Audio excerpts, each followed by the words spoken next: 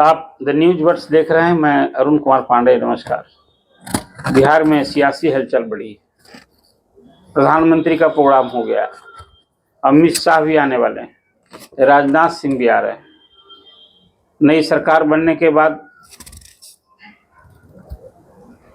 मुख्यमंत्री सहित 9 विभागों के मंत्री, 9 मंत्रियों के बीच विभाग बंट गए। अब सबको मंत्रिमंडल विस्तार पर सबकी नजर है, कब होगा। अब जितने नेताओं के हमने नाम गिना दिए, अब पहले उनके कार्यक्रम होंगे कि मंत्रिमंडल विस्तार होगा। बिहार विधानमंडल का बजट सत्र चल रहा है, 1 मार्च को बजट सत्र समाप्त होगा।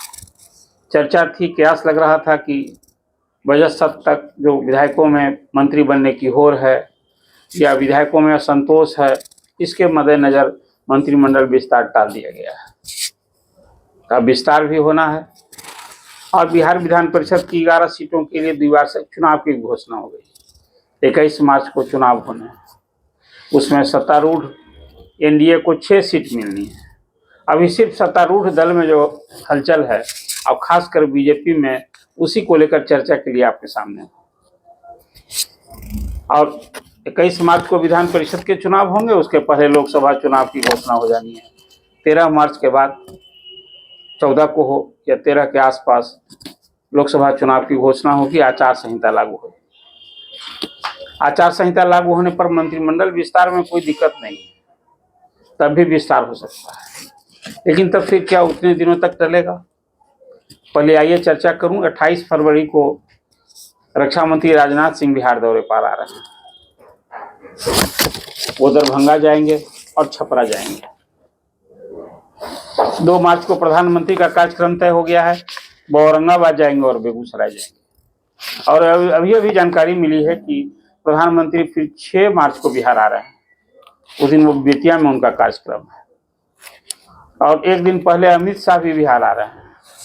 पटना में पार्टी की ओबीसी मोर्चा की एक बड़ी रैली होने वाली है, मतलब सभा हो, सभागार में बैठक होने वाली है। इतना टाइट शेड्यूल में आखिर विस्तार कब होगा? 2 मार्च को जब प्रधानमंत्री आ रहे हैं तो उस दिन तो विस्तार अब नहीं होगा। फिर 3 को भी एक मीटिंग है। 1 मार्च को जो अभी राज्यसभा में सदस्य चुने गए हैं, भीम सिंह ने उन्हें एक बैठक बुला रखी है अपने अति पिछड़ा चंद्रवंशी समाज की। तो एक 4 तारीख एक संभावित डेट है जिसको कहा जा सकता है कि 4 मार्च को मंत्रिमंडल विस्तार हो सकता है, या फिर प्रधानमंत्री का कार्यक्रम हो जाए उसके बाद विस्तार हो। तो 2 मार्च को विस्तार नहीं होगा, ये अब प्रायः तय हो गया है। तो जो मंत्री बनना चाहते हैं उन्हें और इंतजार करना पड़ेगा। एक तो ये है, फिर 11 विधान परिषद सीटों के लिए जो चुनाव हो रहे हैं उसमें भाजपा को 4 सीटें मिलेंगी।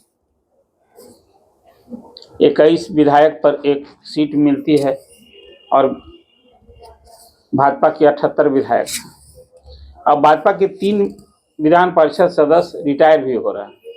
उसमें मंगल पांडे हैं, संजय पासवान हैं, शाहनवाज हुसैन।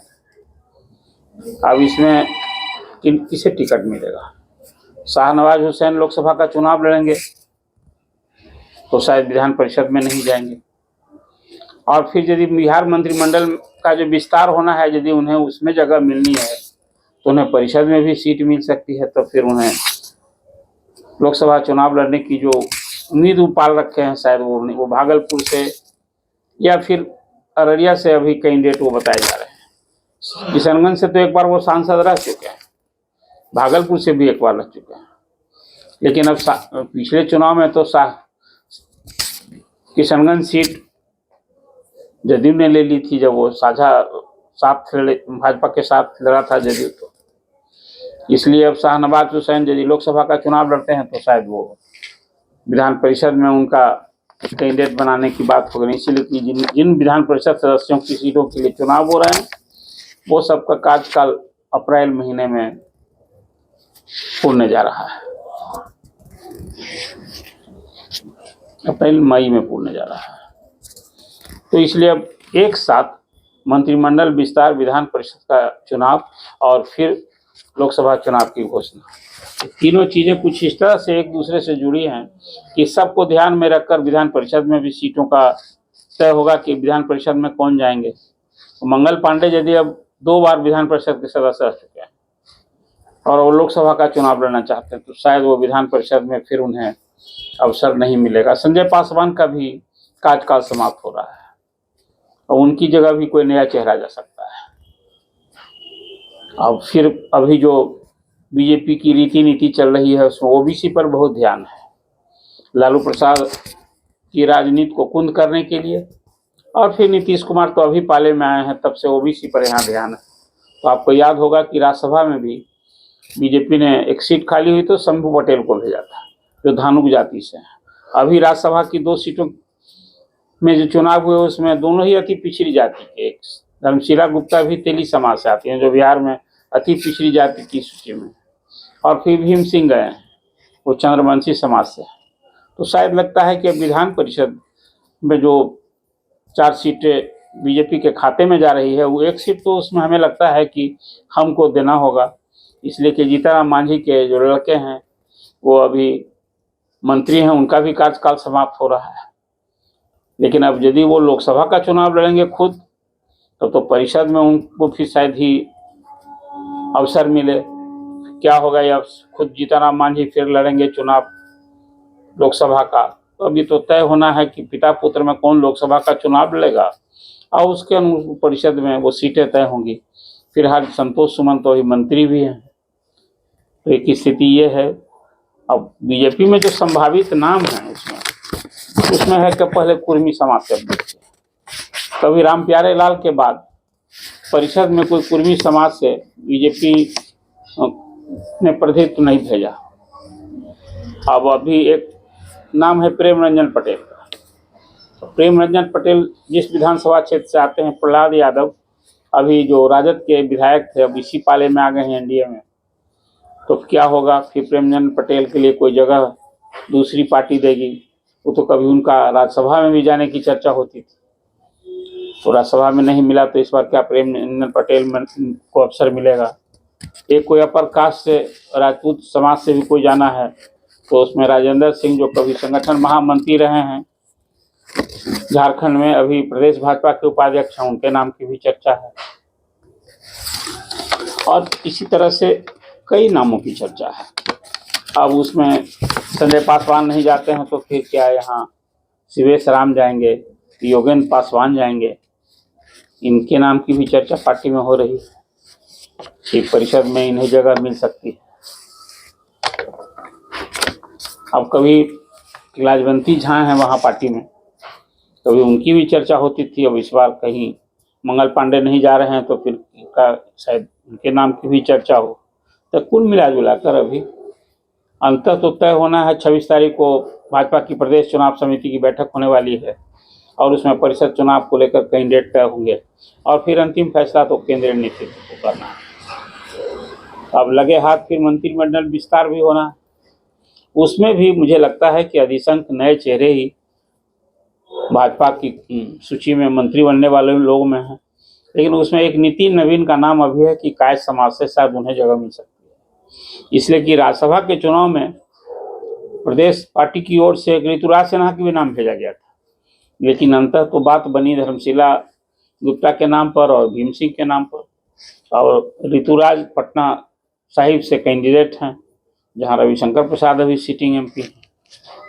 अब इसका नाम अंतिम तय होता है। ऋतुराज को राज्यसभा में तो अब जगह नहीं मिली, तो उनको कहाँ जगह मिलेगी, क्या उनको फिर टिकट पटना साहिब से भी लड़े, तो काफ़ी वहाँ के लिए काम भी कर रहे हैं, मेहनत भी करते रहे हैं। जहाँ रविशंकर प्रसाद हैं तो उनकी जगह एक प्रमुख दावेदार हैं। वो जब से मंत्रिमंडल से हटाए गए रविशंकर प्रसाद तब से और ऋतुराज का नाम थोड़ा ज़्यादा ही ऊपर हो गया है।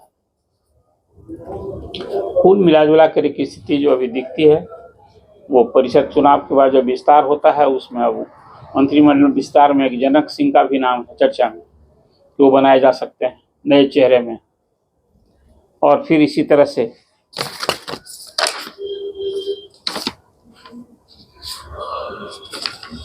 कई नाम और ऐसे हैं जिनकी चर्चा आपके सामने करना है। अब वो राजपूत जाति से नीरज बबलू भी हैं, ज्ञानू सिंह भी हैं, प्रमुख दावेदार हैं मंत्री पद के।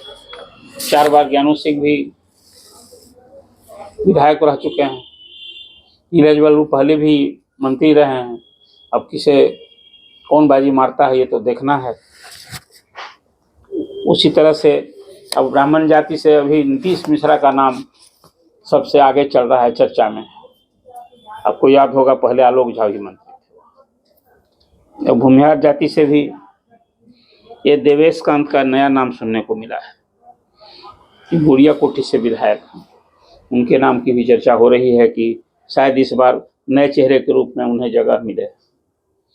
और इसी तरह से कुशवाहा समाज में भी किसे जगह मिलती है, किसी एक को कुशवाहा। इस बार यह है कि परिषद से शायद अब किसी को मंत्रिमंडल में कोई नया नाम आवे। हालांकि जो विपक्ष के नेता भी वहां बनाए गए हैं, सहनी जी एक चर्चा उनका भी है, फिर नवल यादव भी अब पुराने विधान पार्षद हो गए हैं, शायद उन्हें सरकार में जगह मिलती है कि नहीं ये देखना है।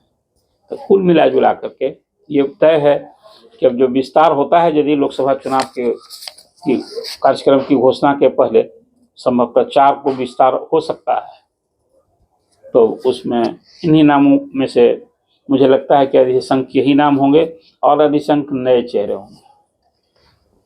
इस बार बीजेपी का ज़्यादा ख्याल ओबीसी पर है। और अगली जाति में भी जो एक जात में भूमिहार समाज से हरिभूषण ठाकुर बुचौल भी एक, उनके नाम की भी चर्चा हो रही है, उन्हें भी जगह मिल सकती है। लेकिन अपर कास्ट में तो आबादी के हिसाब से जो अभी जातीय गणना की रिपोर्ट आई है उस हिसाब से 36% अति पिछड़ी जाति है और 27% जो पिछड़ी जातियां हैं। तो यहाँ 63% जो अति पिछड़े और पिछड़े हैं जो ओबीसी कहलाते हैं बिहार में केंद्र की सूची में। और बिहार में शायद उस पर ज़्यादा तवज्जो दिया जाए, आधी आबादी को जगह मिलेगी। अभी तो जो कैबिनेट 9 सदस्यीय कैबिनेट है उसमें तो कोई ब्राह्मण कास्ट नहीं है अपर कास्ट में, तो इंतजार करना होगा। लेकिन फिलहाल 2 मार्च को मंत्रिमंडल विस्तार का जो क्यास लग रहा था, जो चर्चा हो रही थी, वो शायद होने से रहा। अब वो परिषद में तो 4 तारीख को नोटिफिकेशन होगी और फिर उसी दिन से नामांकन शुरू हो जाएगा। 8 मार्च तक नामांकन का कार्यक्रम है। इसके पहले ये तय हो जाएगा कि परिषद में भाजपा किसको भेज रही है।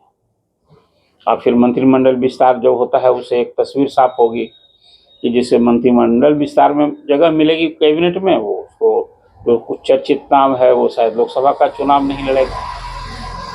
कुल मिलाजुलकर जैसा मैंने प्रारंभ में कहा कि बिहार में सियासी हलचल तेज है और खासकर बीजेपी के दृष्टिकोण से जो अभी चर्चा है सियासी गलियारे में आपके सामने मैंने रखा है।